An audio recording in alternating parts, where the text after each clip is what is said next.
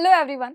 वैसे तो आपको अब तक आंसर मिल गया होगा ये चैप्टर पढ़ के कि हम बीमार क्यों होते हैं, लेकिन कुछ को तो ऑलरेडी पता है कि वो बीमार क्यों हो जाते हैं। पता है क्यों? ताकि हमें छुट्टी मिल सके एग्जाम से।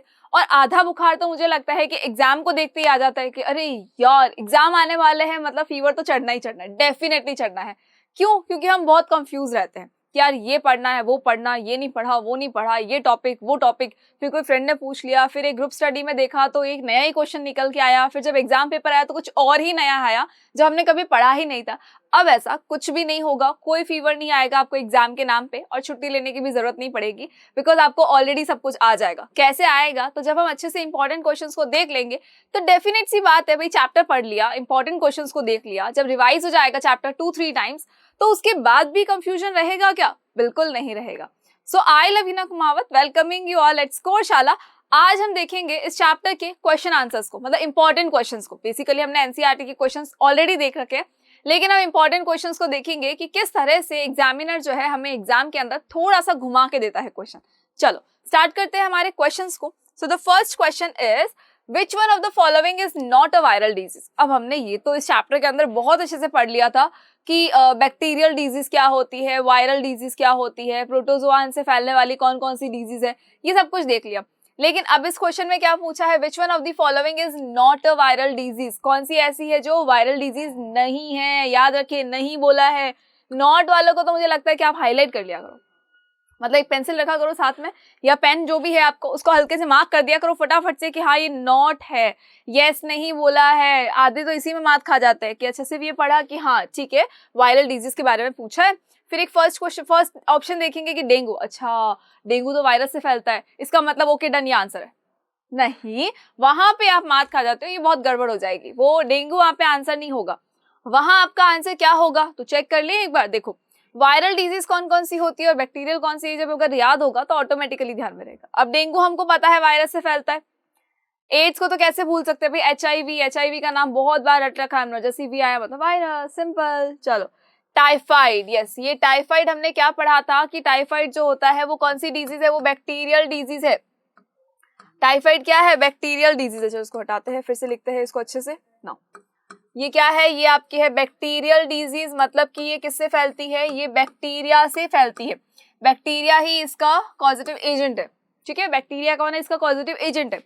कौन सा बैक्टीरिया है? तो यहाँ पर आता है सल्मोनेला टाइफी। क्या आता है? सल्मोनेला टाइफी, जो टाइफाइड को कॉज करता है। कौन सा बैक्टीरिया है? Salmonella typhi. लेकिन बाकी सारे क्या होंगे? वायरल डिजीज है। मतलब कि हमारा आंसर क्या होगा? क्या डेंगू आंसर होगा? बिल्कुल नहीं। हमारा आंसर कौन सा होगा? टाइफाइड होगा। मतलब कि ये जो है ये बिल्कुल भी वायरल डिजीज नहीं है, बिकॉज ये बैक्टीरिया से फैलता है, तो ये बैक्टीरियल डिजीज है।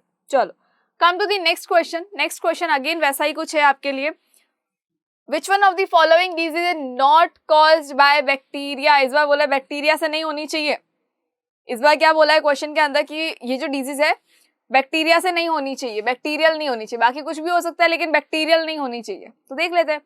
टाइफाइड है, अभी हमने कहा था बैक्टीरिया से फैलता है, बैक्टीरिया कॉज करता है। एंथ्रेक्स बैक्टीरिया है, एंथ्रेक्स भी किससे? बैक्टीरिया है। और ट्यूबरकुलोसिस बैक्टीरिया से होता है। और मलेरिया, मलेरिया किससे होता है? याद करें मलेरिया किससे होता है? मलेरिया के एजेंट का हमने कहा भी था कि जो मलेरिया कॉज करता है उसका खुद का एक प्राइवेट जेट है। इसको तो बिल्कुल नहीं भूलना। मुझे लगता है प्राइवेट जेट वर्ड तो आपके माइंड में फिक्स हो गया होगा जब हमने मलेरिया के बारे में पढ़ा था। तो मलेरिया का जो कॉजेटिव एजेंट है वो कौन है? वो है प्लाज्मोडियम। कौन है? प्लाज्मोडियम। और ये प्लाज्मोडियम क्या करता है? ये बेसिकली प्लाज्मोडियम है क्या? ये बैक्टीरिया नहीं है, ये वायरस नहीं है, ये कौन है? ये है प्रोटोजोआ। क्या है ये है एक प्रोटोजोआ, ठीक है। मतलब कि जो मलेरिया कौन कॉज करता है? मलेरिया को कॉज करने वाला कौन है? प्रोटोजोआन है। कौन सा प्रोटोजोआन है? वो है प्लाज्मोडियम। अब ये जो प्लाज्मोडियम है इसका प्राइवेट जो जेट है वो कौन है? वो है female Anopheles mosquito. Do you remember? याद आया कुछ? क्या है? Female Anopheles mosquito. याद करो, फिर से रिमाइंड करो, भूलना बिल्कुल नहीं है। जो स्टेगनेंट वाटर होता है, जो बिल्कुल ठहरा हुआ पानी होता है, जो बारिश के टाइम पे आसपास में जो पानी इकट्ठा हो जाता है, वहां पर क्या होता है? मच्छरों की बहुत ज्यादा ब्रीडिंग होने लगती है। और उस पानी के अंदर अभी क्या होता है? उस पानी के अंदर है प्लाज्मोडियम। तभी तो कहा जाता है कि बारिश के सीजन के अंदर मलेरिया बहुत जल्दी फैलता है, डेंगू बहुत जल्दी फैलता है, बिकॉज वहां पर कौन होता है? बहुत सारा पानी जिसके अंदर मच्छर है। मच्छर के साथ साथ में और कौन है? मलेरिया का एजेंट है, कॉजेटिव एजेंट है। Is it clear? चलो, आई होप कि क्लियर हो गया होगा। Now come to the next thing. Okay, answer क्या था हमारा इसमें आंसर था हमारा मलेरिया, बिकॉज ये प्रोटोजोआ से होता है, ये बैक्टीरिया से बिल्कुल भी नहीं होता है। Now come to the next question. Next question is which one of the following has a long term effect on the health of an individual? कौन सा, क्या बोल रहा है ये क्वेश्चन कि which one of the following has a long term effect? एक long term effect आपको कौन देता है हेल्थ के ऊपर, किसी की हेल्थ के ऊपर एक long term effect किसकी वजह से होने वाला है? तो सी, क्या कॉमन कोल्ड की वजह से होगा, या फिर हम कहें चिकन पॉक्स की वजह से होगा, या फिर तंबाकू च्यू करने से होगा, या फिर स्ट्रेस से होगा? तो लॉन्ग टर्म किसका होता है? देखो, सोच के देखो, कॉमन कोल्ड है, ठीक है, आज हुआ, 2-4 दिन में सही हो जाएगा, क्या फर्क पड़ा उससे? कोई इफेक्ट नहीं पड़ा भाई। हर साल होता है कॉमन कोल्ड तो कोई फर्क नहीं पड़ता। कई बार होता है कि 6-6 महीने में भी हो जाता है किसी को, तो कोई फर्क नहीं पड़ता, ठीक है, 4-5 डेज तक रहेगा, हो सकता है किसी को ज्यादा रहे, किसी को कम रहे, लेकिन उसके बाद तो ये नॉर्मल हो जाएगा। तो कॉमन कोल्ड में तो ऐसा कुछ हुआ ही नहीं, लॉन्ग टर्म जैसा तो कुछ भी नहीं था। तो ये क्या है, ये अक्यूट डिजीज में आता है जो कि शॉर्ट टर्म के लिए होती है, ठीक है। उसके अलावा इसका कोई इम्पैक्ट भी नहीं है। चिकन पॉक्स ले लो, किसी को अगर चिकन पॉक्स हो जाता है तो वो भी क्या होगा, एक सर्टेन पीरियड ऑफ टाइम के बाद में वो भी खत्म हो जाएगा। Fine, certain period of time के बाद जब वो खत्म हो जाएगा तो उसका कोई लॉन्ग टर्म इफेक्ट नहीं है। ऐसा नहीं है कि भाई 2 साल 3 साल तक भी आप उस चीज को सफर कर रहे हो, नहीं। कई बार होता है ना, लोगों से हमने कहते हुए सुना होगा कि यार लास्ट ईयर पता है मुझे चिकन पॉक्स हो गया था और मैंने उसको सफर किया था, लेकिन क्या वो पर्सन आज की डेट में भी कुछ सफर कर रहा है? बिल्कुल नहीं कर रहा है, ठीक है। 1 ईयर के बाद भी अगर आप देखोगे तो बिल्कुल सफर नहीं कर रहा है। इसका मतलब कोई लॉन्ग टर्म इफेक्ट तो ऐसा कुछ भी नहीं हुआ। अब आ जाए, एक बार स्ट्रेस को देख लेते हैं। स्ट्रेस है, अगर किसी चीज का बहुत स्ट्रेस है, इतनी भागदौड़ भरी लाइफ है, इतनी ज्यादा फास्ट लाइफ है, तो उस फास्ट लाइफ के अंदर ना मुझे लगता है बहुत ज्यादा स्ट्रेस है। हर एक पर्सन को बहुत स्ट्रेस है। अब किसी को कुछ टेंशन है, किसी को कुछ टेंशन है। आपको ही ले लें, एग्जाम की टेंशन आ रही है आपकी, तो बहुत ज्यादा है सबको। आपको पेरेंट को देखें तो बहुत सारी चीजों की टेंशन है, उनको तो घर की है, ऑफिस की है, बिल्स की है, पता नहीं क्या क्या टेंशन होती है। तो अगर स्ट्रेस ज्यादा है तो क्या उसका इम्पैक्ट तो लॉन्ग पीरियड ऑफ टाइम तक रहता है? नहीं। आपके एग्जाम खत्म होने के बाद तो हम भी रिलैक्स हो जाएंगे, क्या करेंगे उसके बाद? फिर हम बस खेलेंगे, कूदेंगे, मजे करेंगे दोस्तों के साथ में। फाइन। पेरेंट है, ऑफिस की हो सकता है कई बार टेंशन होती है, लेकिन 2-3 डेज के अंदर वो नॉर्मल हो जाता है। घर की टेंशन कई बार होती है तो भी 1-2 दिन, 3 दिन, हद से 4-5 दिन के अंदर नॉर्मल हो जाता है। ज्यादा लॉन्ग पीरियड ऑफ टाइम तक नहीं चलता कि 8 साल, 10 साल, 7 साल, इतने टाइम तक हुआ, नहीं। इसका कोई लॉन्ग टर्म इफेक्ट नहीं है। Getting my point? Now chewing tobacco. अब तंबाकू अगर कोई खाता है तो क्या उसका लॉन्ग टर्म इफेक्ट होगा? बिल्कुल होगा, 100% होगा। अगर कोई स्मोकिंग कर रहा है, अगर कोई तंबाकू खा रहा है, तो डेफिनेटली उसका लॉन्ग टर्म इफेक्ट होगा, बिकॉज उसकी बॉडी के अंदर बहुत ज्यादा नेगेटिव इम्पैक्ट पड़ेगा। अगर स्मोकिंग करेंगे तो लंग्स के ऊपर पड़ेगा, तंबाकू च्यू करोगे तब भी बॉडी के ऊपर बहुत नेगेटिव इम्पैक्ट पड़ने वाला है, बिकॉज इसका जो एक्सट्रैक्ट होता है वो बॉडी के अंदर कहीं ना कहीं जाकर क्या होता है, जमा हो जाता है, इट गेट्स कलेक्टेड, इकट्ठा हो जाता है, वो अक्यूमुलेट हो जाता है। दैट इज वाई ये लॉन्ग टर्म इफेक्ट में आता है कि तंबाकू की वजह से क्या होता है। कई बार हमने सुना होगा ना कि यार ना इसको कैंसर हो गया, क्यों हो गया? तो फिर हमें रीजन पता चलता है कि अच्छा अभी इसने रिसेंटली तंबाकू खाना छोड़ा था, 1-1.5 साल पहले तक तो इसने बहुत तंबाकू खाया। अरे भले ही 1-1.5 साल पहले तक खाया होगा, लेकिन उसका इफेक्ट तो अभी तक है। भले ही उसने 2 साल पहले छोड़ दिया होगा, लेकिन इफेक्ट अभी तक है, उसकी बॉडी के अंदर अभी भी वो चीजें हैं, तो धीरे धीरे वो नेगेटिव इम्पैक्ट तो पड़ता ही है। तो च्यूइंग तंबाकू जो है वो लॉन्ग टर्म इम्पैक्ट डालता है, ठीक है, वो भी नेगेटिव इफेक्ट, नॉट पॉजिटिव। आ जाओ नेक्स्ट क्वेश्चन पे आ जाओ। नेक्स्ट क्वेश्चन क्या बोल रहा है आपको? That is which of the following can make you ill if you come in contact with an infected person. आपको इनमें से ऐसा कौन है जो कि बीमार कर सकता है जब आप इन्फेक्टेड पर्सन के कॉन्टैक्ट में आते हो? सी, ये देखो, ये बेचारा एक इन्फेक्टेड पर्सन है, ये क्या कर रहा है? ये स्नीज कर रहा है, और स्नीजिंग से देखो ये भाग रहा है। ये तो स्नीज कर रहा है बेचारा, लेकिन ये क्या कर रहा है? इससे भाग रहा है। क्यों भाग रहा है? चलो चेक कर लेते हैं क्यों भाग रहा है। सी, हाई ब्लड प्रेशर है अगर किसी को, तो अगर इन्फेक्टेड पर्सन के कांटेक्ट में आएंगे तो क्या कोई इम्पैक्ट पड़ेगा? नहीं पड़ेगा। क्या बीमार हो जाएंगे? नहीं होंगे। भाई सपोज एक पर्सन है, उसको क्या है, हाई ब्लड प्रेशर है, उसकी बॉडी का जो ब्लड प्रेशर है वो बहुत हाई रहता है, बहुत ज्यादा है, मे बी बेसिकली होना चाहिए 80 to 120, 90 120 होना चाहिए, और जो उसका ब्लड प्रेशर है वो 200 तक जा रहा है, 250 तक जा रहा है। तो क्या उसके पास में रहने वाला जो पर्सन है उसको भी हाई ब्लड प्रेशर हो जाएगा? नहीं होगा, बिल्कुल भी नहीं होगा। ये हाई ब्लड प्रेशर जो है वो पर्टिकुलर उस पर्सन तक ही रहेगा, कोई इंपैक्ट नहीं पड़ेगा दूसरे वाले पर। Next is genetic abnormalities. अगर कोई ऐसा पर्सन है जिसको डायबिटीज है, ठीक है, एक ऐसा पर्सन है जिसको क्या है, डायबिटीज है, इस वाले पर्सन को क्या है, डायबिटीज है, ठीक है। अब ये जो डायबिटीज वाला पर्सन है, जब ये डॉक्टर के पास गया और डॉक्टर ने इसको पूछा कि भैया आपके घर में किसी को डायबिटीज है क्या, तो इसने क्या बोला कि भाई मेरे जो है वो फादर को डायबिटीज थी, मेरे फादर को डायबिटीज है, मेरे ग्रैंडफादर को भी थी, दैट इज वाई मुझे भी है। तो जब डॉक्टर इसके कांटेक्ट में आया तो क्या उस डॉक्टर को भी डायबिटीज हो जाएगा, या इसके कांटेक्ट में आने वाले जो इसके फ्रेंड्स है, इसके टीचर्स है, अदर कोई नेबरहुड में जो पर्सन है, क्या उन सबको भी डायबिटीज हो जाएगा? नहीं होगा।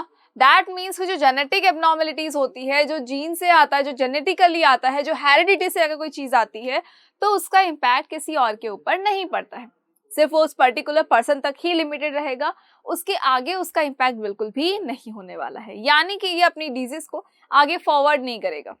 Getting my point? चलो, आई होप कि इतनी चीज आपको क्लियर हो गई होगी।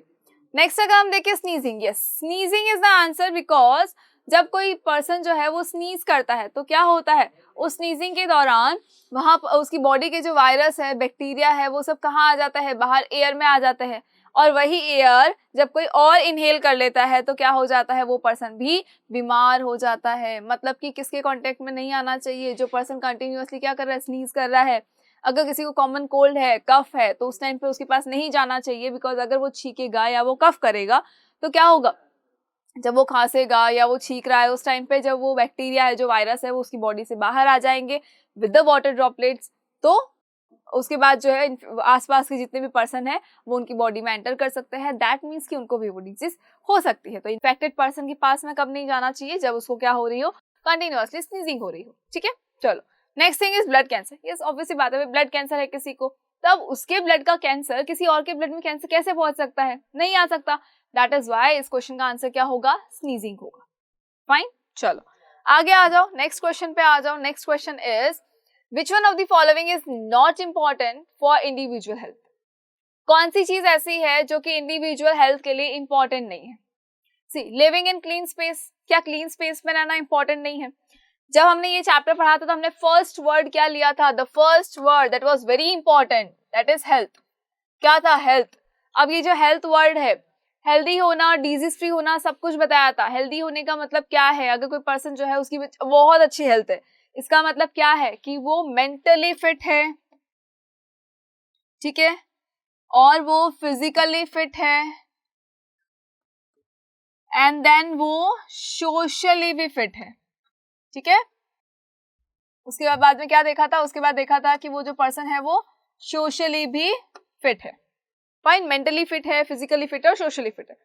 और अब अगर वो क्लीन स्पेस में रह रहा है तो क्या वो हेल्दी है, क्या ये इंडिविजुअल हेल्थ पे डिपेंड, इंडिविजुअल हेल्थ को इम्पैक्ट करता है? बिल्कुल हाँ। अगर क्लीन स्पेस में रह रहा है तो ये तो बहुत ज्यादा इंपॉर्टेंट है, इंडिविजुअल की हेल्थ के लिए बहुत ही ज्यादा इंपॉर्टेंट है। आसपास में साफ सफाई रखना इज वेरी इंपॉर्टेंट। अगर नहीं रखते हैं तो क्या होगा, बीमारियां हो सकती है। Next thing is good economic condition. Yes, definitely ये तो बहुत ही ज्यादा इंपॉर्टेंट हो जाता है कि अगर किसी पर्सन है कोई, अगर उसको कोई डिजीज हो जाती है और अगर उसकी इकोनॉमिकल कंडीशन सही नहीं है तो क्या होगा, वो तो उसकी डेथ भी हो सकती है, या उसकी जो डिजीज है वो सेवियर कंडीशन में जा सकती है।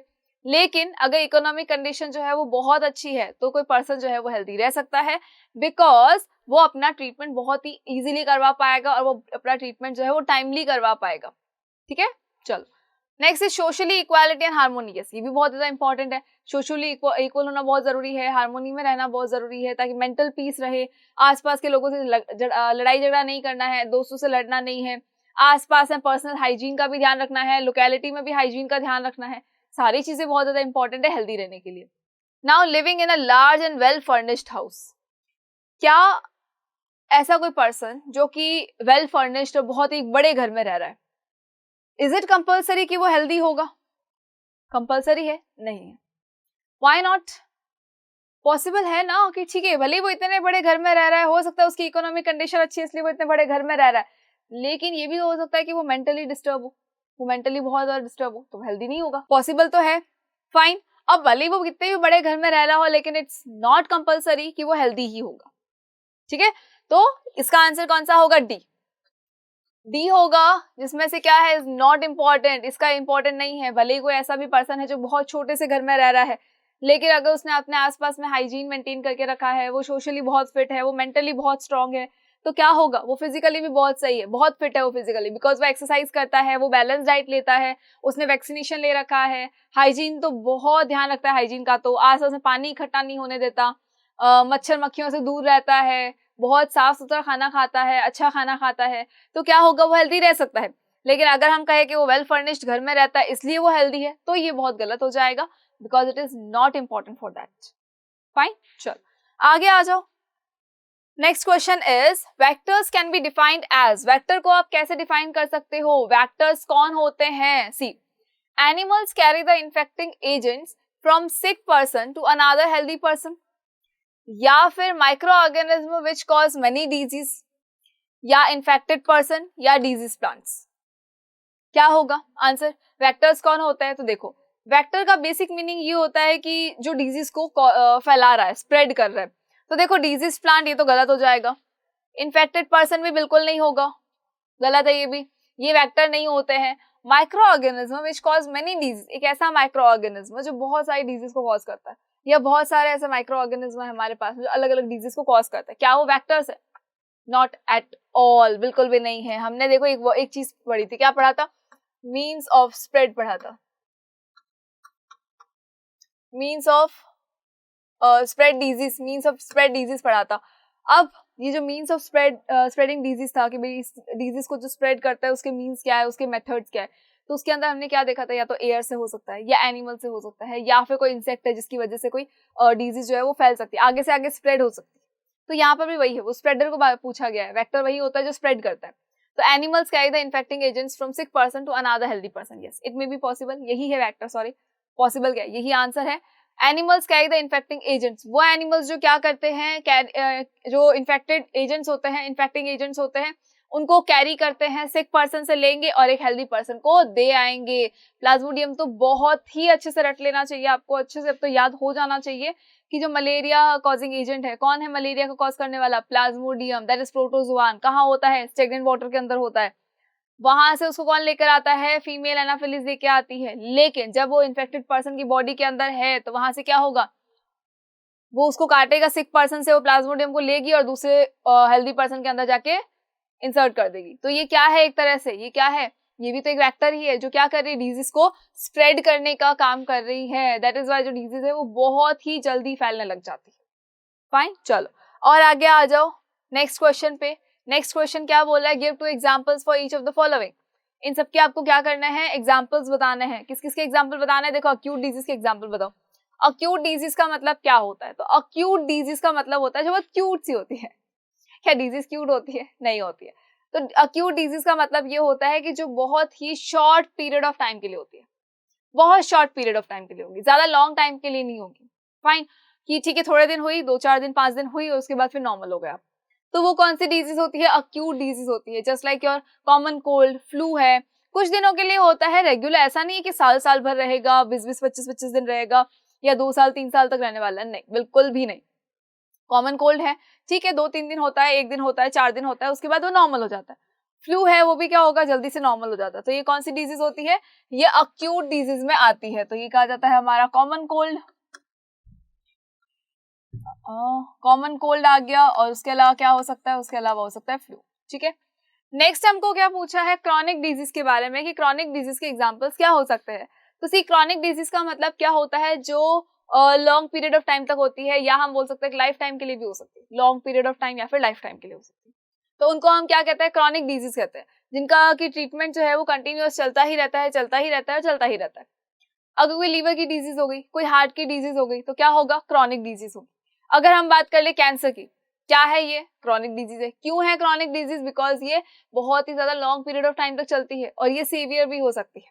फाइन, तो क्रॉनिक डिजीज में आता है एक तो आपका एड्स आ सकता है, पॉसिबल है ये भी। कब तक होता है? लॉन्ग पीरियड ऑफ टाइम तक होता है, कैंसर है। चलो, next thing is infectious disease. Infectious disease का मतलब क्या होता है? जो कि इन्फेक्शन से फैलती है। सपोज कोई एक पर्सन है, सपोज यहाँ पर कौन है? यहाँ पर है एक पर्सन, ठीक है, इसको कोई डिजीज है। अब यहाँ पर भी एक दूसरा पर्सन है। क्या हुआ? ये पर्सन जब इससे मिलने के लिए आया, जब ये वाला जो पर्सन है ये जब इससे मिलने के लिए आया, तो फिर क्या हुआ?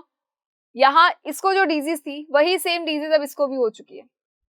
इसका मतलब क्या हुआ कि वो जो डिजीज थी वो कौन सी है, इन्फेक्शियस डिजीज है जो कंटिन्यूअसली फैल सकती है। कौन सी डिजीज फैलती है, मलेरिया फैल सकता है, मलेरिया भी फैलता है। पता होगा आपको कि मलेरिया जो है वो फैलता है, कैसे फैलता है, मच्छरों की वजह से फैल जाता है, प्लाज्मोडियम जो इधर से उधर ट्रांसफर होता है तो फैल जाता है। ये क्या है, इन्फेक्शियस डिजीज है। फीवर जो होता है, वायरल फीवर जो होता है वो भी क्या होता है, इन्फेक्शियस होता है। डेंगू भी है तो क्या है, इन्फेक्शियस हो सकता है। डेंगू भी क्या होता है, इन्फेक्शियस होता है। कॉमन कोल्ड भी क्या है, इन्फेक्शियस है। अगर कोई एक पर्सन को है तो उसके कांटेक्ट में आने वाले दूसरे पर्सन को भी वो डिजीज हो सकती है। चिकन पॉक्स ले ले, चिकन पॉक्स भी क्या है, चिकन पॉक्स भी इन्फेक्शियस डिजीज में ही आता है। चिकन पॉक्स भी किस में आता है, इन्फेक्शियस डिजीज में आता है। ऐसी डिजीज जिनके वायरस, जिनके बैक्टीरिया, जिनके माइक्रो ऑर्गेनिज्म, जिनके पैथोजेंस जो होते हैं वो एक बॉडी से दूसरी बॉडी में बहुत ही आसानी से ट्रांसफर हो जाते हैं। या तो एयर से ट्रांसफर हो जाएंगे, या वाटर से ट्रांसफर हो जाएंगे, या फिर किसी और चीज से ट्रांसफर हो जाएंगे। Fine. Next thing is non infectious disease. Non infectious का मतलब क्या होता है, ऐसी कोई डिजीज जो भले ही घर में किसी को भी है लेकिन वो किसी और को नहीं फैलने वाली है। Just like the diabetes, just like the, क्या वो जो डायबिटीज है वो किसी और को फैलेगी, नहीं फैलेगी भैया। एक को अगर है डायबिटीज तो ठीक है ना, जेनेटिकली हो सकता है, लेकिन ऐसे स्प्रेड होने वाली नहीं है कि अरे यार कांटेक्ट में आ गया तो जो डायबिटीज है वो फैल जाएगा। नहीं, ऐसा बिल्कुल भी नहीं होगा। डायबिटीज इतना डायरेक्टली नहीं फैलती है। फाइन। उसके अलावा अगर हम बोले कोई लीवर की डिजीज होगी, कोई हार्ट डिजीज होगी, हार्ट स्ट्रोक हो गया, तो ये क्या है, ये भी कोई फैलने वाली बात है क्या, नहीं है भैया। अगर मैं आपको बोलूं किसी को बीपी है, किसी का ब्लड प्रेशर जो है बहुत हाई रहता है, बहुत लो होता है, तो क्या ये जो इन्फेक्शियस डिजीज है, बिल्कुल भी नहीं है। अगर एक पर्सन को है दैट इज ओके, लेकिन वही सेम डिजीज जो है वो दूसरे पर्सन को नहीं हो सकती, बिकॉज कितना भी पास में चले जाओ लेकिन ब्लड प्रेशर थोड़ी ना किसी और के ब्लड प्रेशर से कंट्रोल होता है हमारा, बिल्कुल नहीं होता। हार्ट जो है हमारा वो किसी और के हार्ट से कंट्रोल नहीं होता, वो अपने आप ही काम करता है, अपनी मर्जी पे काम करता है। ठीक है, चलो आगे आ जाओ, नेक्स्ट थिंग पे आ जाओ। Next thing is, next question is what is an antibiotics, give two examples. Antibiotics के बारे में हमने पढ़ा था। एंटीबायोटिक्स जो होती है वो हमारे लिए बेसिकली बहुत ज्यादा इंपॉर्टेंट होती है। क्यों होती है बहुत ज्यादा इंपॉर्टेंट, तो देखो हमारी बॉडी के अंदर जब भी कोई वायरस आता है, जब भी कोई माइक्रो ऑर्गेनिज्म पैथोजन आ जाता है, चलो जब भी कोई हमारी बॉडी के अंदर पैथोजन आता है तो क्या होता है, हमें डिजीज हो जाती है। ठीक है, अब अगर किसी को कोई डिजीज हो गई है, सपोज किसी को कोई बैक्टीरियल डिजीज हो गई है, तो वो डॉक्टर के पास जाएगा और डॉक्टर उसको क्या प्रिस्क्राइब करेगा, डॉक्टर उसे थोड़ी सी एंटीबायोटिक्स प्रिस्क्राइब करेगा कि बेटा एक काम करना, ये जो दवाई है ये आप मॉर्निंग में, इवनिंग में और आफ्टरनून में ले लेना। ठीक है, कोई प्रॉब्लम नहीं है, ले लेंगे। अब जो डॉक्टर ने दवाइयां दी है तो हमने जब चेक किया तो उसमें पता चला कि कहीं पर लिखा था एंटीबायोटिक्स, तो डॉक्टर ने हमको क्या प्रेस्क्राइब किया, एंटीबायोटिक्स प्रेस्क्राइब किए हैं। क्यों किए हैं एंटीबायोटिक्स प्रेस्क्राइब, बिकॉज जो एंटीबायोटिक्स होते हैं वो क्या करते हैं, वो बैक्टीरिया को मारने का काम करते हैं, वो फंजाई को भी मारने का क्या करेंगे, काम करेंगे, यानी कि वो डिजीज को फैलने नहीं देंगे। तो ये वो केमिकल सब्सटेंसेस होते हैं, ये वो ड्रग्स होते हैं जो कि किसी ऐसे माइक्रो ऑर्गेनिज्म से बनाए जाते हैं जो कि बैक्टीरियल ग्रोथ को रोक सकता है। ऐसे केमिकल सब्सटेंसेस या फिर ड्रग्स जो क्या करते हैं, बैक्टीरिया की ग्रोथ को खत्म कर देते हैं या फिर बैक्टीरिया को मार गिराते हैं, उनको हमने क्या नाम दिया, एंटीबायोटिक्स नाम दिया। अब बेसिकली ये जो एंटीबायोटिक्स है ये बनाई किसने है, किसने डिस्कवर किया था, तो इसको किया था अलेक्जेंडर फ्लेमिंग ने। किसने डिस्कवर किया था इसको, इन्होंने किया था, अलेक्जेंडर फ्लेमिंग ने इसको डिस्कवर किया था। उन्होंने क्या किया, तो वो अपनी जब लेबोरेटरी के अंदर वर्क कर रहे थे तो उनके पास क्या थी, एक पेट्री डिश थी। क्या थी उनके पास में, एक पेट्री डिश थी। अब उस पेट्री डिश के अंदर उन्होंने क्या डाला हुआ था, कुछ बैक्टीरिया वहां रखे हुए थे, वो उसके ऊपर कोई स्टडी कर रहे थे। तो जो पेट्री डिश के अंदर क्या था, बैक्टीरिया थे। लेकिन उन्होंने एक चीज नोट की कि एक पेट्री डिश के अंदर क्या हो रहा है कि एक पर्टिकुलर एरिया है, वहां पर उस बैक्टीरिया की ग्रोथ नहीं हो रही है। सी हुआ क्या, देखो यहाँ एक पेट्री डिश थी, पेट्री डिश के ऊपर क्या था, बहुत सारे बैक्टीरिया थे, लेकिन एक पर्टिकुलर एरिया आया जहां पर बैक्टीरिया की ग्रोथ नहीं हो रही थी। पूरे में बैक्टीरिया है, सिर्फ एक उस पर्टिकुलर एरिया में नहीं है। तो इन्होंने वहां चेक किया कि ऐसा क्या है जो इस पर्टिकुलर एरिया के अंदर उस बैक्टीरिया की ग्रोथ नहीं हो रही है। तो वहां पर जब इन्होंने चेक किया तो वहां पर कौन था, वहां पर था एक पेनिसिलियम नाम का फंगस। कौन था वहां पर था एक पेनिसिलियम नाम का फंगस। तब इनको पता चला कि अच्छा, अगर ये पेनिसिलियम जो है कहीं आसपास में है तो वहां पर बैक्टीरिया ग्रो नहीं कर सकता। तो उन्होंने क्या किया, इससे इन्होंने बना ली एंटीबायोटिक, और इस एंटीबायोटिक का नाम था पेनिसिलिन। एंटीबायोटिक का क्या नाम था, इस एंटीबायोटिक का नाम था पेनिसिलिन। और ये पेनिसिलिन किससे बनाई गई थी? ये पेनिसिलियम फंगस से बनाई गई थी और ये सिर्फ क्या करती है? ये बैक्टीरिया को मार गिराने का काम करती है। इवन अगर हम बात कर ले एरिथ्रोमाइसिन की, तो एरिथ्रोमाइसिन भी क्या है? एक तरह की एंटीबायोटिक है। स्ट्रेप्टोमाइसिन ले ले, एंटीबायोटिक है। पेनिसिलिन ले ले, ये भी क्या है? एक तरह की एंटीबायोटिक है, जिससे कि बैक्टीरिया की ग्रोथ को खत्म किया जा सकता है, जो बैक्टीरिया है उसको खत्म किया जा सकता है। हाँ, ये एंटीबायोटिक जो है ये वायरस पे काम बिल्कुल नहीं करेगी, बिकॉज वायरस पे इसका असर नहीं होगा, वायरस जो है वो फिर भी फैलेगा। Getting my point? चलो, आई होप कि ये चीज क्लियर हो गई होगी। Now come to the next question. Next question is, who discovered vaccine for the first time? Name 2 diseases which can be prevented by using vaccine. किसने जो था वैक्सीन को डिस्कवर किया था? वैक्सीनेशन को सबसे पहले किसने बताया था? तो वैक्सीन को बताने वाले थे एडवर्ड जेनर। एडवर्ड जेनर नाम के एक पर्सन थे जिन्होंने क्या बताया? जिन्होंने वैक्सीन को डिस्कवर किया और वैक्सीन के बारे में सबको बताया कि हाँ, वैक्सीन नाम की कोई चीज होती है जिससे कि डिजीज को प्रिवेंट किया जा सकता है। बेसिकली इन्होंने क्या नोट किया था? तो ये जहां पर थे उन्होंने ये चीज नोटिस की कि पहले एक डिजीज जो है वो फैली थी। कौन सी डिजीज थी वो डिजीज थी काउपॉक्स। कौन सी डिजीज थी? काउपॉक्स थी, जो लोगों के अंदर बहुत ज्यादा फैल रही थी। जब उस काउपॉक्स का खौफ खत्म हो गया और थोड़े टाइम के बाद क्या हुआ? वहां पर अगेन दूसरी डिजीज फैलने लग गई। कौन सी डिजीज थी? वो चिकन पॉक्स। चिकन पॉक्स ये तो नॉर्मल सी चीज है, जैसे कोविड-19 फैला था, सेम वैसे ही क्या हुआ, एक टाइम था जहां पर काउपॉक्स फैला, फिर एक टाइम आया जब क्या हुआ? चिकन पॉक्स फैलने लग गया। बट देखने वाली बात ये थी और सोचने वाली बात ये थी कि जिन लोगों को पहले काउपॉक्स हो चुका है उनको अब चिकन पॉक्स नहीं हो रहा था, और अगर हो भी रहा था तो वो बहुत जल्दी रिकवर हो रहे थे, उनको इतनी प्रॉब्लम नहीं हो रही थी। तब जो एडवर्ड जेनर है उन्होंने सोचा कि भाई ये काउपॉक्स वाले पर्सन को, यानी जिनको काउपॉक्स हो चुका है पहले, उनको चिकन पॉक्स क्यों नहीं हो रहा? तो जब इन्होंने बहुत ज्यादा चेक किया तो इनको क्या मिला? इनको वैक्सीन नाम की चीज मिली, इनको वैक्सीनेशन मिला कि हाँ, इससे हम क्या कर सकते हैं? डिजीज को प्रिवेंट कर सकते हैं। फाइन, तो किसने डिस्कवर किया था? एडवर्ड जेनर ने। 2 डिजीज के नाम बताने हैं जिससे क्या हो सकता है, ये जो वैक्सीन है ये डिजीज के नाम जिससे कि जो कि वैक्सीन से प्रिवेंट की जा सकती है। कौन कौन सी होती है? तो देखो, हम पोलियो की वैक्सीन के बारे में हमने पढ़ा हुआ है, हेपेटाइटिस की भी वैक्सीन होती है, उसके अलावा टिटनेस की वैक्सीन तो हमको पता ही है, टिटनेस की वैक्सीन भी होती है, हेपेटाइटिस की वैक्सीन होती है, हेपेटाइटिस की वैक्सीन होती है। ठीक है, चलो, दीज आर द वैक्सीनेशन। अब ये वैक्सीनेशन देखो काम कैसे करता है, तो सी, जब इंजेक्शन दिया जाता है तो उसके अंदर क्या होता है? उसके अंदर कुछ कहते हैं ना, ऑलमोस्ट जो डेड होते हैं, ऑलमोस्ट डेड जो है ना माइक्रो ऑर्गेनिज्म होते हैं, पैथोजेंस होते हैं, उनको उस वैक्सीन के अंदर डाला जाता है, यानी उस इंजेक्शन में डाला जाता है, और वही इंजेक्शन किसी पर्सन को लगा दिया जाता है।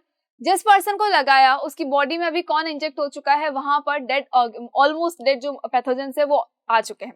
कंप्लीटली डेड नहीं है, ऑलमोस्ट डेड है, मतलब कि उनकी पावर जो है थोड़ी सी कम हो चुकी है, थोड़े से अधमरे से हो गए, लंगड़ा रहे हैं, कुछ सो रहे हैं, कुछ कर रहे हैं, कुछ ऐसा कुछ, बट मरे नहीं है। तो वो पैथोजेंस को क्या किया गया? एक किसी पर्टिकुलर बॉडी के अंदर ट्रांसफर करवाया गया। अब हुआ क्या कि जो बॉडी की जो WBCs है, जो व्हाइट ब्लड सेल्स है, जो क्या है? बॉडी की सोल्जर है, उन्होंने क्या किया? उनको डिटेक्ट कर लिया। जो कि WBCs है हमारी बॉडी की क्या होती है? सोल्जर होती है। उन्होंने क्या किया? इनको डिटेक्ट कर लिया, और डिटेक्शन के बाद में इन्होंने क्या बना दिया? डिटेक्शन के बाद इन्होंने बना दिया उससे एंटीबॉडी, यानी कि एक तरह का वेपन। एंटीबॉडी बना दी, मतलब कि एक तरह का क्या बना दिया? वेपन बना दिया। किसके लिए? उन पैथोजेंस के लिए। तो जब फर्स्ट टाइम वो इनसे मिले तो इनको लगा कि इनको कैसे मारेंगे, तो उन्होंने बहुत मेहनत करके क्या बनाया? एंटीबॉडी बनाई। जब तक WBC हमारी एंटीबॉडी बनाती है तब तक क्या हो सकता है कि वो जो पैथोजन है, भले मरे तो नहीं है ना अभी, तो वो पैथोजन क्या कर सकते हैं? उस पर्टिकुलर बॉडी को थोड़ा सा नुकसान पहुंचा सकते हैं। तो कई बार होता है कि वैक्सीन के बाद क्या होता है? फीवर आता है, बॉडी पेन करती है, कुछ होता है, तो वो इसी वजह से होता है। फाइन, अब क्या हुआ? धीरे धीरे जब WBC ने बना लिया पूरा अपना वेपन, एंटीबॉडी बना ली, तो वो क्या करेगा? उसको जाके खत्म कर देगा। लेकिन जब नेक्स्ट टाइम पे कभी भी अगर वही सेम माइक्रो ऑर्गेनिज्म या पैथोजन जो है वो बॉडी के अंदर एंटर करता है, तो क्या होगा? तब होगा ये कि ये जो WBC है इसको सोचने की जरूरत नहीं पड़ेगी, और ये डायरेक्ट ये वाली जो एंटीबॉडी है ये उसको उठाकर ले आएगी और उस पैथोजन को खत्म कर देगी वहीं पर। तो हुआ ना वैक्सीनेशन का फायदा। दैट इज वाई जो काउपॉक्स था, जिन लोगों को काउपॉक्स हो गया था उन लोगों को चिकन पॉक्स नहीं हुआ, बिकॉज जो पैथोजन था उसको क्या हुआ? WBC ने पहचान लिया। हो सकता है उससे कोई मिलता जुलता पैथोजन था जिससे चिकन पॉक्स हो रहा था, तो क्या हुआ? WBC ने उसको उसी एंटीबॉडी से खत्म कर दिया। फाइन, चलो, तो आई होप कि ये क्वेश्चन भी आपको क्लियर हो गया है। आगे आ जाए, नेक्स्ट क्वेश्चन पे आ जाए। नेक्स्ट क्वेश्चन हमारा क्या कह रहा है नेक्स्ट क्वेश्चन ये पूछा है कि एक्सप्लेन गिविंग रीजंस, हमें एक्सप्लेन करना है इन सारी चीजों को, रीजन के साथ में एक्सप्लेन करना है। भाई क्या रीजन से एक्सप्लेन कर सकते हैं? See the first thing is balance diet is necessary for maintaining healthy body. Balance diet जो है वो बहुत ज्यादा जरूरी है हेल्दी बॉडी को मेंटेन करने के लिए। वैसे ही हमको पता तो है, लेकिन ठीक है हम इसको फॉलो नहीं करते। फाइन, आई होप कि कोई भी नहीं करता होगा। आई होप क्या, पता ही है मुझे कोई भी नहीं करता है। क्यों नहीं करता? मैं खुद नहीं करती भाई। मैगी दिखनी चाहिए बस, फिर तो छोड़ नहीं सकते ना उसको। पिज्जा भी नहीं छोड़ सकते, वो बुरा मान जाता है भाई, पिज्जा बुरा मान जाता है, हम तो फिर भी छोड़ दे। पिज्जा है, मैगी थोड़ा सा बुरा मान जाता है ना, कॉफी तो कैसे छोड़ दे। तो ये सारी चीजें नहीं छोड़ सकते, लेकिन हमें पता जरूर है कि जो बैलेंस डाइट होती है ये हमारी हेल्दी बॉडी के लिए बहुत ज्यादा जरूरी होती है। बिकॉज हमें फिजिकली क्या रहना है? फिट रहना है। तो फिजिकली फिट हम कब रहेंगे? जब हमारी बॉडी को सारे न्यूट्रिएंट्स एडिक्वेट क्वांटिटी में मिलेंगे। लेकिन जो हमारे पिज्जा बर्गर है, क्या वो हमें सारे न्यूट्रिएंट्स दे पाते हैं? नहीं दे पाते, ऑब्वियसली वो हमें नहीं दे पाते हैं। दैट इज वाई वहां पे क्या होता है, वहां पर जब हम पिज्जा बर्गर है, चाउमीन है, ये सब जब खा लेते हैं तो हमारी बॉडी को सारे न्यूट्रिएंट्स नहीं मिल पाते। और जब न्यूट्रिएंट्स नहीं मिलेंगे तो क्या होगा? न्यूट्रिएंट्स नहीं मिलेंगे तो वो बैलेंस डाइट नहीं है। और बैलेंस डाइट नहीं है इसका मतलब क्या हुआ? हम हेल्दी बॉडी, हमारी बॉडी जो है वो हेल्दी नहीं हो सकती। बिकॉज अगर सारे न्यूट्रिएंट्स नहीं होंगे तो कहीं ना कहीं प्रॉब्लम होगी। वो प्रोटीन नहीं होगा तो बॉडी बिल्ड नहीं होगी। अगर कार्बोहाइड्रेट और फैट कम है तो हमें एनर्जी कम मिलेगी। उसके अलावा अगर विटामिन और मिनरल्स हमने कम लिए हैं, एडिक्वेट क्वांटिटी में नहीं लिए हैं, तो डिजीज हो सकती है भाई, बिल्कुल डिजीज हो सकती है। उनसे कौन प्रोटेक्ट करेगा हमें? That is why balance diet is very important for the healthy body. तो अगर अभी से शुरू कर दो, एग्जाम टाइम में अगर हेल्दी रहना है तो balance diet is very important. फिर उसके बाद वो मैगी वैगी कहीं हमारे काम नहीं आने वाली है, ना हमारा पिज्जा वहां काम आएगा। चलो आगे आ जाओ नेक्स्ट थिंग पे। Health of an organism depends upon the surrounding environmental condition. Yes, ये तो बहुत ही ज्यादा सही है। क्यों सही है? तो हमारे आसपास का जो एनवायरमेंटल कंडीशन होती है वो हमारी बॉडी पे बहुत ही ज्यादा इम्पैक्ट डालती है। अगर हमारे आसपास में क्या है, बहुत ज्यादा हाइजीन है, बहुत ज्यादा साफ सफाई है, वहां पे जर्म्स बिल्कुल नहीं है, तब तो क्या होगा? हम हेल्दी रहेंगे। लेकिन सपोज ऐसी कोई जगह जहां हम स्लम एरियाज की अगर हम बात करें, जहां पर जो मेन होल्स होते हैं वो बेसिकली खुले ही रहते हैं, पानी हर बार बाहर आता रहता है, पानी डिस्पोज नहीं होता है, बहुत सारा पानी कलेक्टेड रहता है, जहाँ बहुत ज्यादा गड़बड़, वहां पे क्या होता है? वहां बहुत सारे मच्छर मक्खी फैल जाते हैं और बीमारियां भी बहुत इजीली फैल जाती हैं। इतना हाइजीनिक नहीं होता है, बहुत गंदी से होते हैं सारी चीजें, जर्म्स बहुत ज्यादा होते हैं सब जगह पर। तो वहां पर क्या होता है कि वहां पर डिजीज बहुत जल्दी फैलती है। लेकिन अगर हम बात कर ले एक ऐसे घर की जिसके आसपास में बहुत साफ सुथरा है, वहां पर कोई पानी इकट्ठा नहीं है, कुछ भी नहीं है, रोज वहां पे साफ सफाई होती है, इवन घर की भी साफ सफाई होती है, तो वहां पे क्या होगा? डिजीज जो है वो कम फैलती है। डिटॉल वाला एड देखा होगा ना, कि जहां पर डिटॉल से पोछा लगता है वहां पर डिजीज नहीं फैलती है। लेकिन अगर हम आसपास में सफाई रख ले, अपने घर के इवन आसपास में जहां हम रह रहे हैं, वहां पर जहां हम 5-6 घंटे बिता रहे हैं, वहां पर भी अगर हम साफ सफाई रखेंगे तो हमें डिजीज बिल्कुल भी नहीं फैलेगी और हमारी बॉडी जो है वो हेल्दी रहेगी। तो हेल्दी बॉडी के लिए सिर्फ और सिर्फ बैलेंस डाइट नहीं, वहां पर आसपास की एनवायरमेंटल कंडीशन भी इम्पैक्ट डालती है। तो उसके लिए क्या करना चाहिए? आसपास की कंडीशन पर भी ध्यान देना है और हाइजीन का तो बहुत ही ज्यादा अच्छे से ध्यान देना है। चलो next thing is our surrounding area should be free of stagnant water. ये तो बहुत बहुत बहुत बहुत बहुत इंपॉर्टेंट है। क्यों है? अगर स्टेगनेंट वाटर होगा हमारे आसपास में, अगर कहीं आसपास में ऐसा है कि स्टेगनेंट वाटर है, मतलब कि पानी जो है वो ठहरा हुआ पानी है, इकट्ठा है वहां पर पानी, तो वहां पे क्या होगा? वहां पर जो प्रोटोजोआन्स है वो अंदर ग्रो करने लग जाएंगे। उसके अलावा ब्रीडिंग किसकी ज्यादा होगी? मॉस्किटो की ब्रीडिंग ज्यादा हो जाएगी। मॉस्किटो की क्या होगी? ब्रीडिंग बहुत ही ज्यादा होने लग जाएगी। और जितने ज्यादा मस्किटो फैलते हैं उतनी ही ज्यादा क्या होता है? बीमारियां फैलने लगती है। दैट इज वाई अगर हेल्दी रहना है तो स्टेगनेंट वाटर को तो बिल्कुल अवॉइड करें। सिर्फ घर के आसपास नहीं, इवन अगर कोई टायर रखा है तो उसके अंदर भी क्या हो सकता है? बहुत सारा पानी कलेक्टेड होता है, तो वहां पर भी मच्छर आ सकता है। गर्मियों के अंदर जो हम कूलर यूज करते हैं, अगर हम उस कूलर की भी साफ सफाई अच्छे से नहीं करेंगे कुछ कुछ दिनों में, तो वहां पर भी कई बार होता है कि मच्छर बहुत ज्यादा फैलने लग जाते हैं। और जितने ज्यादा मच्छर होते हैं उतनी ही ज्यादा वहां पर गंदगी होती है सब जगह पे, और वहां पर डिजीज भी बहुत ही जल्दी फैलती है। तो अगर हेल्दी रहना है तो हमें मच्छरों से रहना होगा दूर, और अगर मच्छरों से दूर रहना है तो ऑब्वियसली ये जो स्टेगनेंट वाटर होता है, जो हमारा पानी कलेक्टेड होता है, उसको भी वहां से हटाना पड़ेगा। हमारे आसपास में हमें स्टेगनेंट वाटर बिल्कुल भी नहीं चाहिए। चलो the next question is, next part is, इस क्वेश्चन का सिर्फ हमें आंसर में रीजन ही तो बताना है भैया, पूरे में बहुत अच्छे से पढ़ा है हमने। Next is social harmony and good economic conditions are necessary for good health. Yes, social harmony is very important for the good health. Economic condition भी बहुत जरूरी है। सपोज अगर कोई पर्सन है उसको कोई डिजीज हो जाती है, वो बहुत सीवियर डिजीज हो जाती है, तो क्या होगा, वो हॉस्पिटल में जाएगा, डॉक्टर के पास जाएगा और डॉक्टर ने बोला कि भैया आपकी तो इलाज में 2-3 लाख का खर्चा आएगा या फिर 1 लाख का खर्चा आएगा। तो वो पर्सन क्या सोचेगा कि यार मेरे पास तो इतने पैसे हैं नहीं, तो एक काम करता हूँ मैं ट्रीटमेंट ही नहीं लेता हूँ। और ट्रीटमेंट नहीं लेगा तो क्या होगा, उसकी डिजीज जो है बहुत सीवियर हो जाएगी और उस सीवियर होने के बाद में उसकी डेथ भी हो सकती है।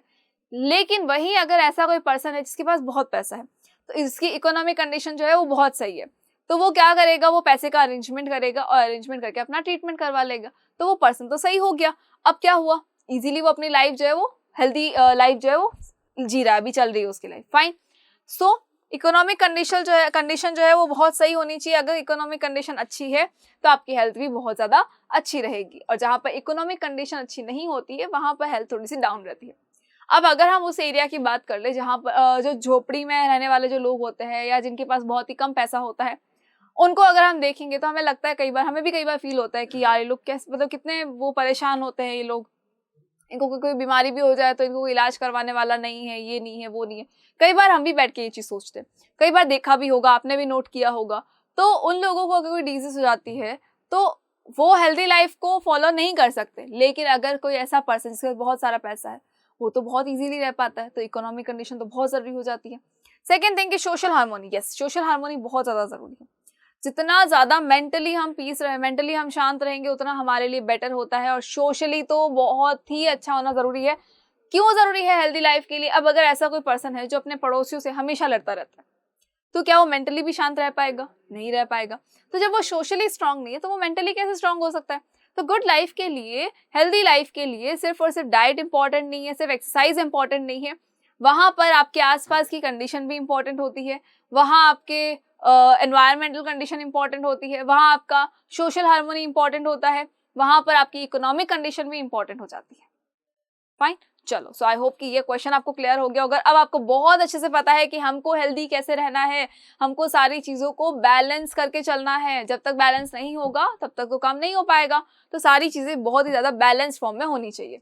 चलो आ जाए हमारे नेक्स्ट क्वेश्चन पे। ये पूरा आपका एक्सप्लेनेशन है जो आप आंसर लिख सकते हैं, पॉसिबल आउटकम है। चलो next question is why is immune system essential for our health? Essential, ये जरूर याद रखिए। क्या पूछ रहा है कि इम्यून सिस्टम जो है हमारे हेल्थ के लिए इतना ज्यादा एसेंशियल क्यों है, इतना ज्यादा जरूरी क्यों है?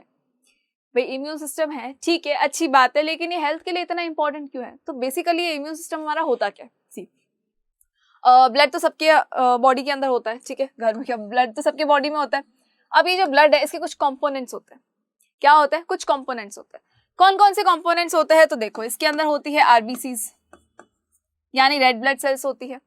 इसके अंदर और क्या होता है? डब्ल्यूबीसीज होती है, दैट मीन्स की व्हाइट ब्लड सेल्स होती है। देन इसके अंदर क्या होता है? प्लेटलेट्स होती हैं जो कि ब्लड की क्लॉटिंग का काम करती है। फाइन, प्लेटलेट्स होती है। अब क्या होगा, हम बात करते हैं सर डब्ल्यूबीसीज की। डब्ल्यूबीसीज क्या होती है? तो डब्ल्यूबीसीज जो होती है वो सोल्जर्स होती है हमारी बॉडी की। क्या होती है? सोल्जर्स होती है, ठीक है। अब ये सोल्जर्स जो है अगर ये बहुत ज्यादा स्ट्रांग होंगे, अगर ये बहुत ज्यादा स्ट्रांग होंगे तो क्या होगा, हमारी बॉडी जो है प्रोटेक्टेड रहेगी सबसे, सारी डिजीज से, पैथोजन से हमारी बॉडी बहुत अच्छे से प्रोटेक्टेड रहेगी। And it is very important. क्यों है इंपॉर्टेंट इससे प्रोटेक्ट रहना? क्यों? क्योंकि जब हमारी बॉडी के अंदर अगर कोई पैथोजन आ जाता है तो क्या होगा, हमें डिजीज हो सकती है। लेकिन अगर मैं आपको कहूँ कि नहीं, डब्ल्यूबीसीज जो है वो बहुत ज्यादा स्ट्रांग है, किसी की बॉडी की कोई ऐसा पर्सन जिसकी डब्ल्यूबीसीज बहुत स्ट्रांग है, उसके अंदर जो डब्ल्यूबीसीज है वो एडिक्वेट क्वांटिटी में भी प्रेजेंट है, तब क्या होगा भाई, जो एडिक्वेट क्वांटिटी में प्रेजेंट है अगर, उसके अलावा बहुत स्ट्रांग भी है, तो क्या होगा, जैसे ही कोई पैथोजन बॉडी के अंदर एंटर करेगा ये हाथों हाथ उसके ऊपर अटैक कर देगी, एंटीबॉडी बनाएगी और उसको खत्म कर देगी। फाइन, तो उस टाइम पे क्या होगा, वो डिजीज जो है डिजीज नहीं होगी, या जो पैथोजन है वो उस पर्टिकुलर बॉडी को नुकसान नहीं पहुंचा पाएगा। लेकिन वहीं अगर हम ये कह दे कि डब्ल्यूबीसीज का काउंट जो है वो बहुत कम हो चुका है, डब्ल्यूबीसीज का जो काउंट है वो बहुत ही कम हो चुका है किसी की बॉडी के अंदर, या डब्ल्यूबीसीज जो है वो इतनी स्ट्रांग नहीं है, तो जब पैथोजन अगर आ भी जाएगा तो पैथोजन जो है वो इवन डब्ल्यूबीसीज को खत्म कर देगा, डब्ल्यूबीसी उनका कुछ नहीं बिगाड़ पाएगी। इसका मतलब वहां पे क्या हुआ, इसका मतलब ये हुआ कि जो इम्यून सिस्टम है वो बिल्कुल वीक हो चुका है। तो इम्यून सिस्टम का स्ट्रांग होना भी बहुत ज्यादा जरूरी होता है हेल्दी लाइफ के लिए। ऐसा नहीं है कि सिर्फ बैलेंस डाइट ले रहे हैं तो अच्छा है, एक्सरसाइज कर रहे हैं तो अच्छा है, सोशली लाइफ अच्छी है तो अच्छा नहीं, सारी चीजें एक साथ में इंपॉर्टेंट होती है, बहुत ज्यादा इंपॉर्टेंट होती है। फाइन, तो अगर हम बात करें हमारे इम्यून सिस्टम की, तो इसका स्ट्रांग होना भी बहुत जरूरी है हमारी हेल्दी लाइफ के लिए, ये बहुत ज्यादा एसेंशियल होता है हमारी लाइफ के लिए। सो पैथोजन को खत्म करने के लिए किसकी जरूरत पड़ी? इम्यून सिस्टम की रिक्वायरमेंट पड़ी। ठीक है, चलो आगे आ जाओ और आगे बढ़ते हैं, और आगे बढ़ो और आगे बढ़ो, नेक्स्ट क्वेश्चन पे आ जाओ। Next question is what precautions will you take to justify prevention is better than cure? Prevention is better than cure, उसके लिए हम क्या क्या प्रिकॉशंस ले सकते हैं? भाई डिजीज अगर हो जाती है तो डेफिनेट सी बात है कि ट्रीटमेंट तो करना ही करना पड़ेगा, क्योर तो करना ही पड़ेगा उसको। लेकिन क्यों ना ऐसा करें कि डिजीज होने से पहले ही हम क्या कर ले, डिजीज होने से पहले ही हम उसको प्रिवेंट कर ले। हमें पहले से पता हो कि हाँ हमें ये काम करना है, तो उससे हमें क्या नहीं होगी, डिजीज नहीं होगी। तो अच्छा है ना, दवाइयाँ भी नहीं लेनी पड़ेगी, बहुत सारे इंजेक्शंस नहीं खाने पड़ेंगे, बेटर ही है। और मम्मी जो हमें जब वो बीमारी के टाइम पे जो दलिया और देती है वो भी नहीं खाना पड़ेगा, तो बीमारों वाला खाना तो बिल्कुल नहीं खाना पड़ेगा। फाइन, तो उसके लिए हमको क्या करना पड़ेगा? उसके लिए हमें हमारे पिज्जा बर्गर छोड़ने पड़ेंगे। पिज्जा बर्गर है, चाउमीन है, मैगी है, सब कुछ छोड़ना पड़ेगा। ठीक है, चलो क्या करना है? बैलेंस डाइट लेनी है। अगर बैलेंस डाइट कोई पर्सन लेता है तो डेफिनेट सी बात है कि वो डिजीज से प्रिवेंट हो सकता है, मतलब उसको डिजीज नहीं होगी। नेक्स्ट अगर हम बात कर ले एक्सरसाइज की, यस, अगर प्रॉपर एक्सरसाइज करता है कोई पर्सन तो डेफिनेट सी बात है कि उसको डिजीज नहीं होगी। क्यों नहीं होगी? बिकॉज हमारी लाइफस्टाइल इतनी ज़्यादा अभी कहते हैं भाग दौड़ भरी लाइफ हो गई है, और सिटिंग बहुत ज़्यादा हो जाती है हमारी। तो सिटिंग होती है तो क्या होता है कि बॉडी जो है वो एक्टिव नहीं रह पाती, और अगर बॉडी एक्टिव नहीं है इसका मतलब सारे सेल्स प्रॉपरली वर्क नहीं करते हैं और डिजीज का कारण बन जाते हैं, ओबेसिटी का कारण बन जाते हैं। That is why balance diet is very important, exercise is very important, and the next thing is vaccination. Next thing is vaccination is very important. Vaccination तो बहुत ही ज्यादा जरूरी है बचपन में, इसीलिए ना वैक्सीन लगा दी जाती है। कोविड-19 की वैक्सीन लगवाई होगी ना, तो आई होप कि आपको पता है कि वैक्सीनेशन क्यों जरूरी है।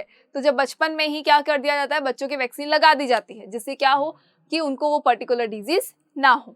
उसके अलावा क्या ध्यान रखना है? उसके अलावा पर्सनल हाइजीन का ध्यान रखना है। पूरे दिन ऐसा नहीं है कि यार सर्दियां है ना, 2 दिन नहीं नहाएंगे तो क्या हो जाएगा, कल ही तो नहाए थे, ऐसा नहीं करना है। टाइम टू टाइम नहाना है, ठीक है, और हैंड वॉश किए बिना किसी भी चीज को खाना नहीं है।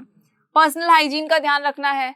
उसके अलावा खाने से पहले और बाद में क्या करना है? बिफोर एंड आफ्टर फूड क्या करेंगे? क्या करते हो भाई? स्कूल जाते हो ना, इतना तो करते ही है, क्या करते हो? हैंड वॉश करते हो। क्या करते हो? हैंड वॉश करते हो ना, तो hand wash is very important. क्यों है?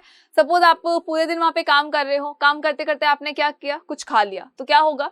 जितने भी हाथ में जर्म्स है वो बॉडी में चले जाएंगे और वो कहीं ना कहीं आपको नुकसान पहुंचाएंगे। That is why hand wash is very important, personal hygiene is very important. उसके अलावा साफ सुथरे कपड़े पहने तो पर्सनल हाइजीन में आ जाएगा। एंड आसपास की भी हाइजीन का ध्यान रखे, नेबरहुड के भी हाइजीन का ध्यान रखे, स्टेगनेंट वाटर से दूर रहे। आसपास में पानी जो है वो कलेक्ट नहीं होना चाहिए। जितना ज्यादा पानी कलेक्ट होगा उतना ही ज्यादा क्या होगा, डिजीज फैलेंगी। तो पानी का कलेक्शन बिल्कुल भी नहीं होना चाहिए। चलो आगे बढ़े, आ जाओ नेक्स्ट क्वेश्चन पे आ जाता है। आई होप कि अब तो आप इसको बहुत ही आसानी से लिख देंगे। Next question is Why are antibodies not effective for viral diseases? ये तो बहुत बड़ा पंगा है, क्योंकि एंटीबॉडीज कई बार हम क्या बोलते हैं कि एंटीबॉडी जो है वो बैक्टीरिया के तो ऊपर वर्क करती है, बैक्टीरिया को तो भगा देती है, लेकिन ये वायरस पे काम नहीं करती। लेकिन आपको पता है वायरस की एक स्पेशलिटी होती है। वायरस जो है वो नॉन लिविंग भी होता है और लिविंग भी होता है। वायरस जो है वो क्या होता है, वो लिविंग भी होता है और वो नॉन लिविंग भी होता है। कैसे? लिविंग भी है और नॉन लिविंग भी। सी क्या यहाँ पे देखो क्या हुआ, यहाँ पर ये हुआ कि जो वायरस था ना, जब ये एंटीबायोटिक्स आए तो क्या हुआ, इस वायरस ने एंटीबायोटिक को ही मार भगाया। ठीक है, मार गिरा दिया इसने। तो ऐसा नहीं, एंटीबायोटिक इसको कुछ कर ही नहीं पाया। क्यों नहीं कर पाया? Because of this speciality. जो वायरस है वो लिविंग भी है, वो नॉन लिविंग भी है। अभी जो वायरस है ना, जितना खूंखार लग रहा है, इतना खतरनाक सा लग रहा है, जब आप इसको बाहर की साइड में देखेंगे ना तो ये बहुत शांत सा रहेगा, बहुत क्यूट सा लगेगा। क्यों? क्योंकि होता नहीं है कि सोते हुए बच्चे बहुत क्यूट लगते हैं, लेकिन जब वो उठ के रोने लग जाते हैं, जब वो आपको परेशान करते हैं तो आपको बिल्कुल अच्छे नहीं लगते। सेम वैसे ही सीन यहाँ पर है। जब ये वायरस बाहर घूमते हैं, बाहर जब हवा में फ्लोट करते हैं, तो ये नॉन लिविंग की तरह बिहेव करते हैं, बिकॉज इनकी बॉडी के अंदर ज्यादा बायोकेमिकल रिएक्शंस नहीं होती है। बहुत ही कुछ बायोकेमिकल रिएक्शंस होती हैं, फाइन। तो ये नॉन लिविंग की तरह बिहेव करेंगे, लेकिन जब ये किसी लिविंग बॉडी के अंदर चले जाएंगे, जब इनको होस्ट मिल जाएगा तो ये लिविंग की तरह बिहेव करने लग जाएंगे। अब क्या हुआ, जैसे कि हमने कहा कि इनके अंदर क्या है, बायोकेमिकल जो रिएक्शंस होती है वो बहुत कम है, बायोकेमिकल जो रिएक्शंस होती है वो बहुत ही ज्यादा कम है। तो बेसिकली जो हमारी एंटीबायोटिक्स होती है, बेसिकली जो एंटीबायोटिक्स होती है वो क्या करती है, वो बैक्टीरिया की बायोकेमिकल रिएक्शंस को रोक देती है, बैक्टीरिया की बायोकेमिकल रिएक्शंस को रोक देती है। तो जिससे क्या होता है, बैक्टीरिया मर जाता है। अब सिंपल सी चीज है, ह्यूमन बॉडी में अगर हम ले तो बहुत सारे बायोकेमिकल रिएक्शंस होती है, बहुत ज्यादा होती है, वहां पर बहुत सारे प्रोसेस चलते रहते हैं, बायोकेमिकल रिएक्शंस चलती रहती है, बहुत सारे काम चलते हैं। तो अगर ह्यूमन बॉडी के अंदर किसी एक प्रोसेस को रोक दिया जाए या अगर कोई रिएक्शन को रोक दिया जाए तो वहां पे क्या होगा, उनकी बॉडी में डिसऑर्डर होना शुरू हो जाएंगे और धीरे धीरे क्या होगा, वो डेथ तक चले जाएंगे। वही सेम चीज बैक्टीरिया के अंदर होती है, बैक्टीरिया के अंदर अगर किसी बायोकेमिकल रिएक्शंस को रोक दिया जाएगा तो बैक्टीरिया जो है वो मर जाएगा, खत्म हो जाएगा। लेकिन जब वायरस के अंदर बायोकेमिकल रिएक्शंस ज्यादा है ही नहीं तो स्टॉप किसको करोगे, बायोकेमिकल रिएक्शंस होगी तो स्टॉप होगी ना, अदरवाइज कैसे होगी। तो बायोकेमिकल रिएक्शंस अगर है ही नहीं वायरस की बॉडी के अंदर तो जो वायरस है उसके ऊपर ये एंटीबायोटिक काम ही नहीं कर पाएगा, क्योंकि एंटीबायोटिक तो किसी बायोकेमिकल रिएक्शन को रोकने का काम करता है, जब इसके अंदर है ही नहीं तो किसको रोकेगा। तो वहां पर एंटीबायोटिक्स जो होती है वो कभी भी वायरल डिजीज पे काम नहीं करती है, बिकॉज वो वायरस को मार ही नहीं पाती भैया। लेकिन ये जो वायरस है ये हमेशा इसके ऊपर क्या करता है, हावी हो जाता है और ये एंटीबायोटिक्स को ही खत्म कर देता है। That is why viral disease के लिए कभी भी एंटीबायोटिक्स को प्रेस्क्राइब नहीं किया जाता है, सिर्फ और सिर्फ किसके लिए किया जाएगा, बैक्टीरियल डिजीज के लिए किया जाएगा। फाइन, चलो आगे आ जाओ, नेक्स्ट क्वेश्चन पे आते हैं। नेक्स्ट क्वेश्चन क्या पूछ रहा है हमसे, नेक्स्ट क्वेश्चन ये पूछ रहा है, देखो, give any 4 factors necessary for a healthy person. ये तो आप मुझे बहुत आसानी से बता सकते हो, बहुत ही आसानी से आप मुझे बता सकते हो कि अगर आपको हेल्दी रहना है तो कौन कौन से फैक्टर पे वर्क करना है। अच्छा, आज एक काम करते हैं, अपनी लाइफ के बारे में सोचते हैं कि पूरे दिन में हम क्या करते हैं, हमने 1 वीक में क्या किया है, हमने 1 मंथ में क्या किया है, हमारी लाइफ के लिए, हमें खुद को हेल्दी रखने के लिए हमने क्या किया है। सोच के देखो एक बार, लास्ट मतलब पिज्जा कब खाया था, या लास्ट हमने फास्ट फूड कब खाया था। बाहर जाके छोले कुलचे तो जरूर ट्राई किए होंगे, चाउमीन भी खाई होगी, घर में बना के खा ली होगी, सोच के देखो। या फ्राइटर्स कब खाए होंगे, पकौड़े कब खाए होंगे, या समोसा कब खाया होगा। सोचो सोचो। मुझे लगता है कुछ तो ऐसे बोलेंगे कि अरे मैम क्या बात कर रहे हो यार, मॉर्निंग में तो हमने मैगी खाई है। पॉसिबल है, बिल्कुल पॉसिबल है। कुछ ऐसे होंगे कि मैम कल ही तो खाया था हमने, अरे परसों तो किसी की बर्थडे पार्टी थी, वहां तो हमने बहुत भर भर के खाया था, बहुत अच्छे से सब कुछ खाया था। फिर याद आता है कि यार अगर कुछ ऐसे कोई ऐसे है जो बोले 1 वीक से मैम नहीं खाया, क्यों, बाहर नहीं जा पाए ना, एग्जाम की प्रिपरेशन कर रहे थे तो मम्मा ला के नहीं दे रही थी। ठीक है, तो होता क्या है, हम बेसिकली बैलेंस डाइट को छोड़ के अपने फास्ट फूड की तरफ जाते हैं, बहुत ज्यादा फास्ट फूड की तरफ जा रहे हैं। उसके अलावा एक्सरसाइज हमारी बिल्कुल नहीं होती है, बिकॉज हम खेलने कूदने भी हम बाहर नहीं जाते, हमें फोन दे दो बस अब, और वहां हम एक जगह बैठे रहेंगे तो हमारी सिटिंग जो है वो बहुत ज्यादा हो जाती है, ज्यादा हम चलते फिरते नहीं है, थोड़ा सा लेजीनेस आ जाता है हमारे अंदर। लेट तक सोते हैं, बिकॉज हम पढ़ रहे हैं ना भैया, हम बैठ के पढ़ रहे हैं ना, वही बहुत है हमारे। 2 घंटे पढ़ते हैं ना तो हमको 20 घंटे की नींद भी चाहिए होती है। फाइन, तो ये सारी जो लाइफस्टाइल है हमारी, इसकी वजह से हम अनहेल्दी हो जाते हैं। तो अगर हम बैठ के ये चीज कई बार सोचे ना तो हमको खुद को समझ में आ जाएगा कि हमें क्या करना है हेल्दी लाइफ के लिए। अगर हमें हेल्दी लाइफ को लीड करना है तो हमें क्या करना पड़ेगा, सिंपल सी चीज है। सबसे पहली चीज हमें क्या करना है, हमें बैलेंस डाइट लेनी है। उसके बाद हमको क्या करना है, उसके बाद हमको क्या करना है, एक्सरसाइज करनी है। एक्सरसाइज करनी, रोज का 1 घंटा निकालो और एक्सरसाइज शुरू कर दो, तो ओबेसिटी भी नहीं होगी, बॉडी के अंदर कोई डिजीज भी नहीं होगी और बहुत हेल्दी रहने वाले हैं। मॉर्निंग में एक बार फ्रेश एयर लेकर तो देखो कितना सुकून मिलता है। उसके अलावा क्या हो सकता है, मेडिटेशन हो सकता है। मेडिटेशन कर सकते हैं। उसके अलावा जो अभी हमने कहा था, और क्या क्या हो सकता है, पर्सनल हाइजीन का ध्यान रखना है, सोशली फिट रहना है, मेंटली फिट रहना है, स्ट्रेस तो बिल्कुल नहीं लेना है, टेंशन तो निकाल ही दो। वैसे भी आपको किसकी टेंशन है भैया, एग्जाम की टेंशन थी ना, तो वो तो हम दूर कर ही रहे हैं आपकी, तो अब किसकी टेंशन है, पड़ोसी की टेंशन तो लेनी नहीं है, और पड़ोसन की तो बिल्कुल ही नहीं लेनी है। अपने काम से काम रखे, अभी तो एग्जाम की प्रिपरेशन करें, और वो भी स्कोरशाला के साथ। क्यों, क्योंकि आपकी टेंशन को हम दूर कर देंगे। इंपॉर्टेंट क्वेश्चंस है, उसके बाद तो वैसे भी टेंशन नहीं होनी चाहिए बच्चा। जब आपने चैप्टर पढ़ लिया, रिवीजन कर लिया, इंपॉर्टेंट क्वेश्चंस देख लिए, अब किस बात की टेंशन है, तो स्ट्रेस फ्री रहना है। ठीक है, स्ट्रेस फ्री रहना है। और क्या क्या करना है, मॉर्निंग में जल्दी उठना है टाइम पर। ऐसा नहीं है कि लेट तक जाग रहे हैं फिर लेट तक सो रहे हैं, नहीं, जल्दी सोना है, जल्दी उठना है, फोन से दूर रहना है ताकि रेडिएशन हमारी आंखों तक ना जाए। तो ये सारी फैक्टर, ये जो इतने सारे फैक्टर्स हमने गिनाए हैं, ये सभी हमारी हेल्दी लाइफ को लीड करते हैं। आसपास के हाइजीन का ध्यान रखना है, पास में कहीं पर स्टेगनेंट वाटर नहीं होना चाहिए। स्टेगनेंट वाटर होगा तो मस्किटो ज्यादा होंगे, बीमारियां ज्यादा, तो वो सब नहीं होना है, उन सब से भी क्या करना है, दूर रहना है। फाइन, चलो, तो आई होप कि ये तो आप खुद ही लिख सकते हैं। नाउ आगे आ जाए, next question is why is AIDS considered to be a syndrome and not a disease. अच्छा, एड्स को हम कहते हैं सिंड्रोम, डिजीज नहीं कहते। क्यों नहीं कहते भाई? एड्स का फुल फॉर्म क्या है? Acquired immuno deficiency syndrome. Acquired immuno deficiency syndrome है ये डिजीज नहीं है, ये सिंड्रोम है। अब ये सिंड्रोम का क्या मतलब होता है? भाई डिजीज होती तो क्या करते? डॉक्टर के पास जाते, दवाइयां लेते, सही हो जाते। लेकिन ये क्या है? सिंड्रोम है। सिंड्रोम जिसके अंदर आ जाता है, इसका मतलब है कि that can not be cured. Disease can be cured but syndrome can not be cured. Syndrome का कोई ट्रीटमेंट नहीं है। अच्छा, एड्स को सिंड्रोम क्यों कहा हमने? क्या एड्स का ट्रीटमेंट नहीं है? तो बिल्कुल नहीं है। क्यों नहीं है एड्स का ट्रीटमेंट? तो एड्स से कभी भी कोई फीवर नहीं आता है, कभी वो हमारी बॉडी के ऊपर ऐसा नहीं है कि वो हार्ट को ब्लॉक कर देगा, नहीं, वैसा कुछ नहीं होता है। एक्चुअली जो एड्स का जो वायरस होता है, HIV जो होता है, वो क्या करता है? वो बेसिकली हमारे इम्यून सिस्टम को वीक कर देता है। वो क्या करता है? वो हमारे इम्यून सिस्टम को वीक कर देता है। Weaken the immune system, weaken the immune system. इसने क्या किया? हमारी बॉडी के इम्यून सिस्टम को वीक कर दिया। एड्स होने के काफी लॉन्ग पीरियड ऑफ टाइम के बाद पता चलता है कि अच्छा, उस पर्सन को एड्स है क्या। उससे पहले पता भी नहीं चलता है कि एड्स है क्या उस पर्सन को। क्यों नहीं चलता? बिकॉज ऐसा कोई सिम्टम आते ही नहीं है। जब इम्यून सिस्टम पूरा वीक हो जाता है, तो इम्यून सिस्टम के वीक होने से क्या होगा? नॉर्मली भी अगर कोई बैक्टीरिया है, कोई वायरस है ना, तो भी हमारी बॉडी उसको नहीं मार पाएगी। हमारी बॉडी की जो WBCs है, वो उस पैथोजन को खत्म नहीं कर पाएगी। और जब वो उसको खत्म नहीं कर पाएगी तो क्या होगा? नॉर्मल जो फीवर है या नॉर्मल सर्दी जुकाम भी होगा अगर, तो भी वो बहुत सीवियर हो जाएगा और उस पर्सन को डेथ तक ले जा सकता है। दैट इज वाई हम इसे क्या कहते हैं? सिंड्रोम कहते हैं। हम इसे कभी भी डिजीज नहीं कहते हैं जो दवाइयों से क्योर हो जाए, बिल्कुल भी नहीं। फाइन, चलो, सो आई होप कि ये क्वेश्चंस आपको क्लियर हो गए होंगे। अब टेंशन नहीं लेनी है, बिल्कुल भी नहीं लेनी है। क्यों नहीं लेनी है? बिकॉज हम चैप्टर को बहुत अच्छे से कर चुके हैं, और वैसे ये बहुत इजी सा चैप्टर है बच्चा, बहुत इजी चैप्टर है। कहाँ टेंशन लेने की जरूरत है आपको? चलिए, अब एग्जाम की प्रिपरेशन को अच्छे से कीजिए। Thank you so much.